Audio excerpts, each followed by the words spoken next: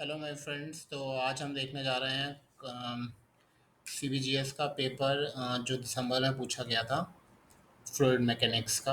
Okay, सो इसके हम question number सबसे पहले वन का बी देखेंगे। Okay, so let's start this.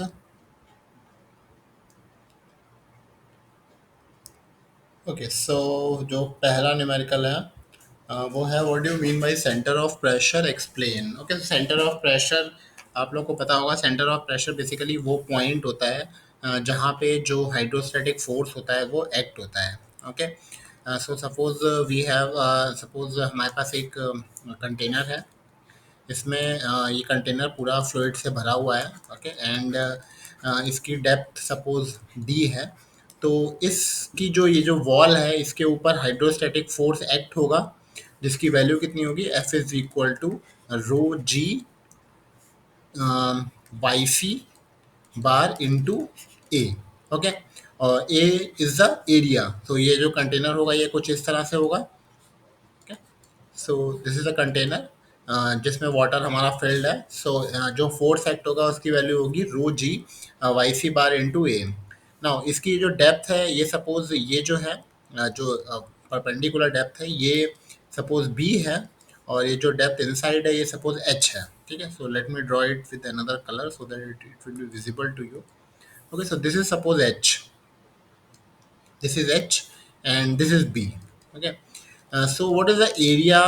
Now we are we have to consider force on this wall. हमें force इस wall के ऊपर निकालना है। ओके, सो इस वाली वॉल का एरिया कितना हो जाएगा? The area of this wall is D into H. And what is Y C bar for this wall? Y C bar for this wall is D by two. Okay, so ये क्या होगा? ये hydrostatic force होगा। This is the hydrostatic force due to the fluid which is filled in this tank. Now what is center of pressure? So center of pressure is the point on which this force will act. Okay, so it is represented by yp. So this is yp is the point at which this hydrostatic force will act, and it is given by yp is equal to yc plus ic over a yc. Okay, so this is the relation by which we calculate the center of pressure. Now what is yc? Yc हमने already लिख रखा है d by 2. Now what is ic? Ic in this case is ic in this case is d h d cube by 12। Okay, H जो इसकी thickness है d cube by 12। Okay, so what is y p for this? So Y p for this case is y P is equal to Y c हमने लिख रखा था d by two, plus I सी कितना हो जाएगा h d cube by 12 divide by area कितना है इसका एच इंटू डी। इस वाली वॉल का एरिया कितना है H into D into what is Y C? It is D by two. Okay, so ये h से h कैंसिल हो जाएगा, ये डी स्क्वायर कैंसिल हो जाएगा, इसको आप सॉल्व कर लेना। ये हो जाएगा D by two plus D by six. Okay, so हम इसको कंबाइन करके लिख सकते हैं। ये हो जाएगा सिक्स और ये हो जाएगा फोर डी बाई सिक्स। इसको और सिंपल लिख सकते हैं two D by three. Okay, so for this case centre of pressure is two D by three. Okay, so इस तरह से आप सेंटर ऑफ प्रेशर को डिफाइन कर सकते हैं। Now the second part of the question is a 4x4 metre square tank is filled with water, height of the tank is 2 metre, find total pressure and pressure centre on vertical wall. ठीक है, तो हमारे पास ये एक tank है, 4x4 का है, तो इसका जो बेस है वो कितना है? 4x4 का बेस है। Okay, the base of this is 4x4। So let me draw it with another color. So this is the base of this tank. This is the base. Okay, so dimension of this base is 2. It is 4x4, so it is 4, and this is 4, and the depth of this tank is 2 meter. Okay, so this is the depth, it is 2 meter. Now, what is the hydrostatic total pressure force? Okay, this is total pressure force on this vertical wall. So we have to calculate pressure force on this vertical wall. Okay, this is a vertical wall and we have to calculate pressure force on this vertical wall. तो जो fluid भरा हुआ है वो क्या भरा हुआ है, वाटर भरा हुआ है. तो जो हाइड्रोस्टैटिक फोर्स होता है उसकी वैल्यू क्या होती है, F equals to rho g y bar into A. Okay, density of water कितनी हो जाएगी, 10 क्यू. जो ग्रेविटेशनल एक्सेलरेशन है वो जाएगा 9.81. Now what is y bar, y bar is equal to जो जो ये जो डेप्थ है 2 by, so y bar is equal to 2/2. Okay, so it will become 1. It is 1 into what is the area of this wall is 4 into 2. Okay, so we solve this and we get what is the force. So force comes out to be uh, okay, so let me solve this. It comes out to be 784, it comes out to be 78480 Newton. Okay, so this is the hydrostatic force which acts on this wall due to the water which is filled in this tank. Okay, now ये जो force है ये act कहाँ पे होगा, ये निकालने के लिए हमें क्या यूज करना पड़ेगा, Y P. So Y P is equal to Y C plus I C upon A Y C. Okay, now what is Y C, Y C is Y C is 1. Now what is I C, I C हमने पहले ही calculate कर रखा है पीछे. I C is equal to, I सी कितना था हमारा, I C is, so I C is H D Q by 12. Okay, so we put it H D Q by 12. Okay, so let me write it. H यहाँ पे कितना हो जाएगा 4, depth कितनी है 2, तो 4 into two cube by 12 divide by what is the area of this wall is 4 into two into what is yc, it is 1. Okay, so we solve this. ये 4 से ये कैंसिल हो जाएगा और this 2 also get cancelled by this. Okay, so it will become 1 plus 2 square by 12. Okay, so it is 2 square by 12 plus 1 plus. Okay, so it comes out to be 1.33 meter. Okay, so this is the point at which this hydrostatic force will act. तो आप इसे directly भी निकाल सकते थे, हमारे पास Y P का रिलेशन दिया हुआ है 2d/3. तो you can use this relation also. Y P हमें पता है कितना होता है 2d/3. You can use this relation also, D की जगह आप 2 रख दीजिए or you can solve it by this relation also. So okay, so you can solve it by this. This is the first numerical which you can solve. Okay, now we see another numerical in this paper, in the same paper. Okay, so let me show you. Let me show you. Okay, so हमने ये वाला numerical देख लिया है. First numerical देख लिया है. Second में ऐसा कोई न्यूमेरिकल था नहीं. थर्ड में एक न्यूमेरिकल है in a two dimensional flow. So let me solve this numerical. So in a two-dimensional flow, the component of velocity along the x-axis is given. Okay, so the component of velocity along the x-axis is given. U x हमें दिया हुआ है, कितना दिया हुआ है 3x minus 2x square y plus y cube.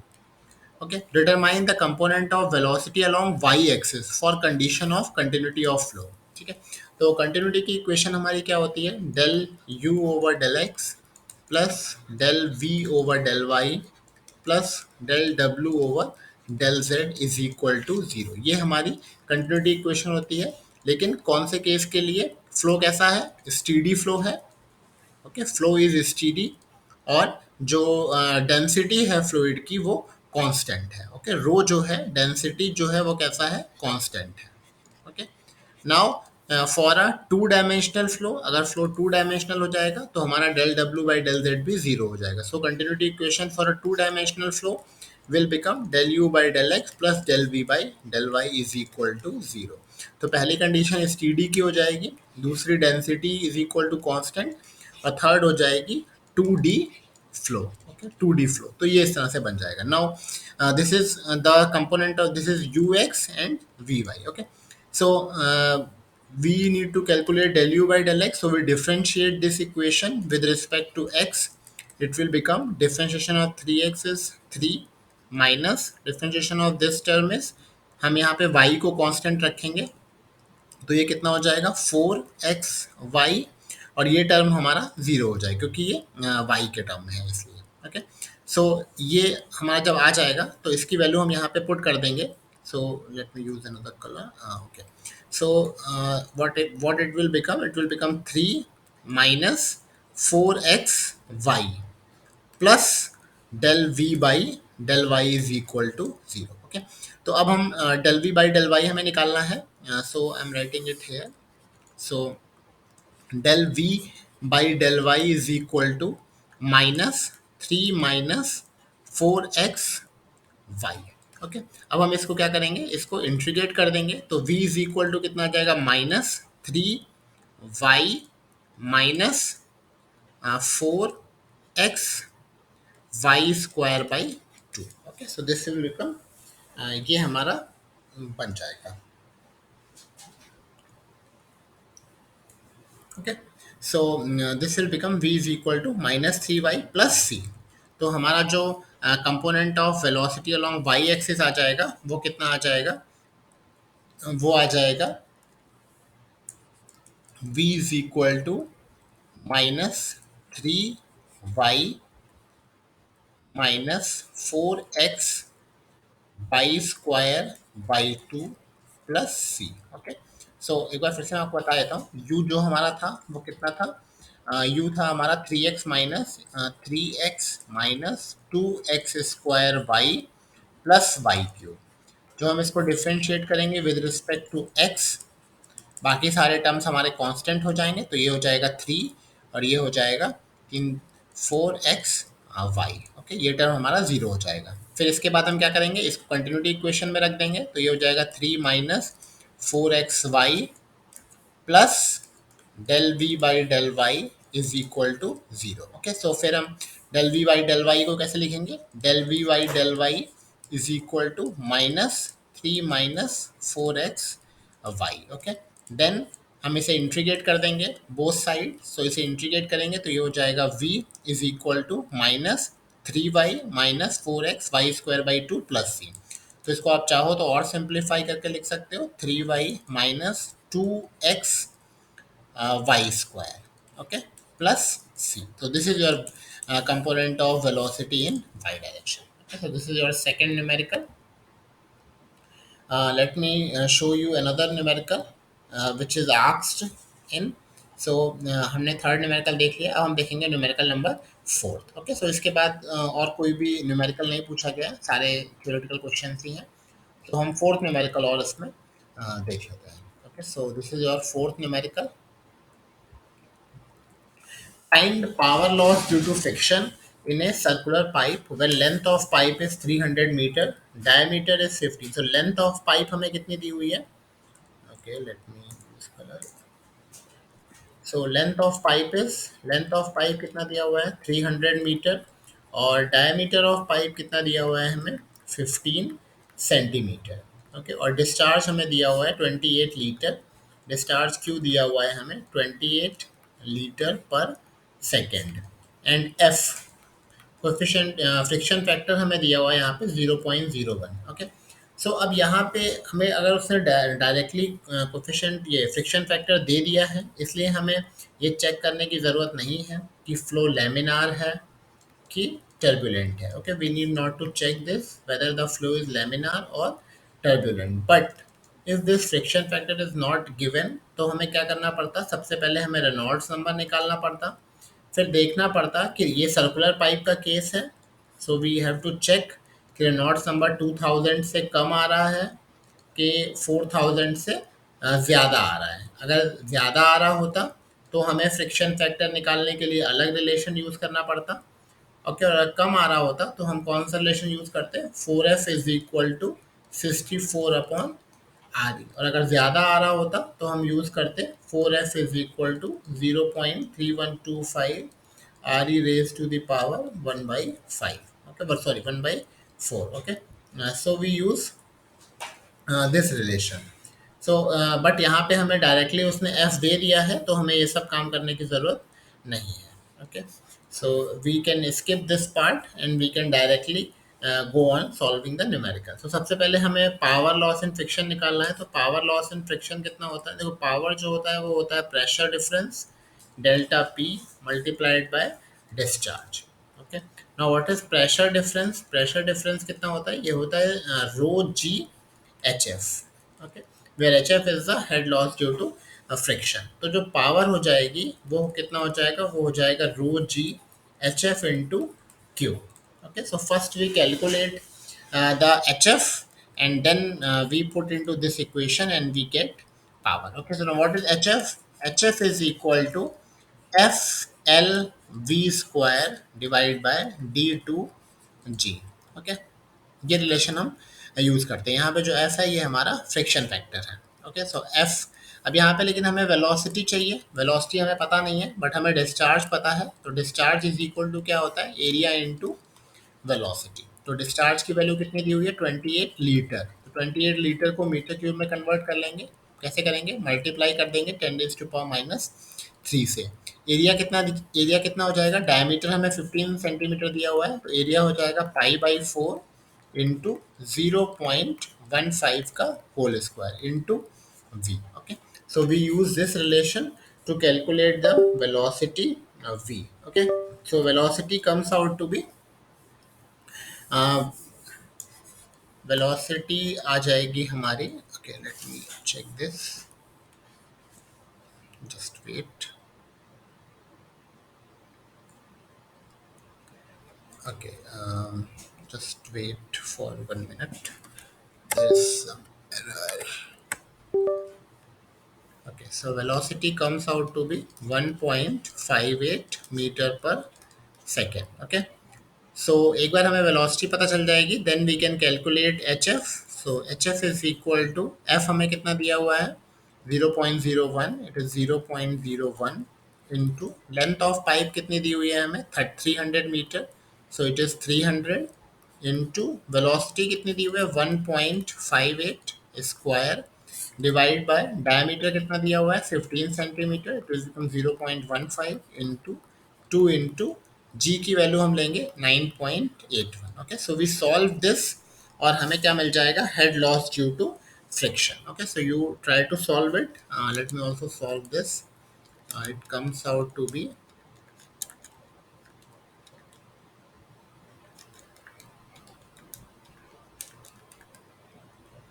2.54 metre. Okay, so this is head loss due to friction. Now power कितना हो जाएगा? पावर हो जाएगा rho G H F into Q. Okay, सो डेंसिटी, यहाँ पे जो फ्लूइड फ्लो हो रहा है वो कौन सा फ्लो हो रहा है? वो वाटर फ्लो हो रहा है। Okay, so water is the fluid which is flowing, so we cube 10 cube into 9.81 into H F 2.54।